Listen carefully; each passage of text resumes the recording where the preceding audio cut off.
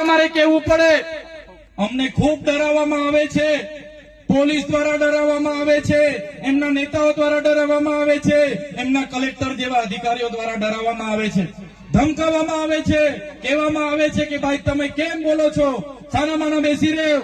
શું આદિવાસીઓ માટે બોલવું એ મારો ગુનો છે? અમારા બાળકો માટે શિક્ષકોની માંગણી કરવી મારો ગુનો છે? અમારા યુવાનો માટે પોસ્ટ મેટ્રિક શિષ્યવૃત્તિની માંગ કરીએ એ અમારો ગુનો છે? અમારા લોકો જંગલ જમીન ખેડે એના માટે અમે સનદની માંગણી કરીએ શું અમારો ગુનો છે? અમારા લોકોની જમીનો રોડમાં જાય એના માટે લડીએ અમારો ગુનો છે? અમારા છોકરાઓને કંપનીઓમાં હેરાનગતિ થાય એના માટે લડીએ એના માટે શું ગુનો છે? ત્યારે સાથીઓ, આ સરકારની નીતિઓ તમે જોઈ લો. તમારા આશીર્વાદથી હું 80 દિવસ બાદ માંડ છૂટીને બહાર આવ્યો અને બહાર આવ્યો.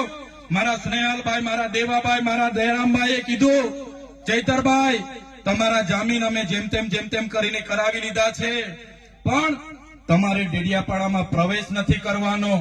હવે તમે વિચાર કરો, ડેડિયાપાડાની જનતાએ 1 લાખથી પણ વધારે મત આપીને મને ધારાસભ્ય બનાવ્યો. ડેડિયાપાડામાં મારું કાર્યાલય છે, ડેડિયાપાડામાં મારું ગામ છે, મારું ઘર છે, મારો પરિવાર છે, પણ આ ભારતીય જનતા પાર્ટીના નેતાઓ, આ ભારતીય જનતા પાર્ટીની પોલીસ આજે મારા ડેડિયાપાડા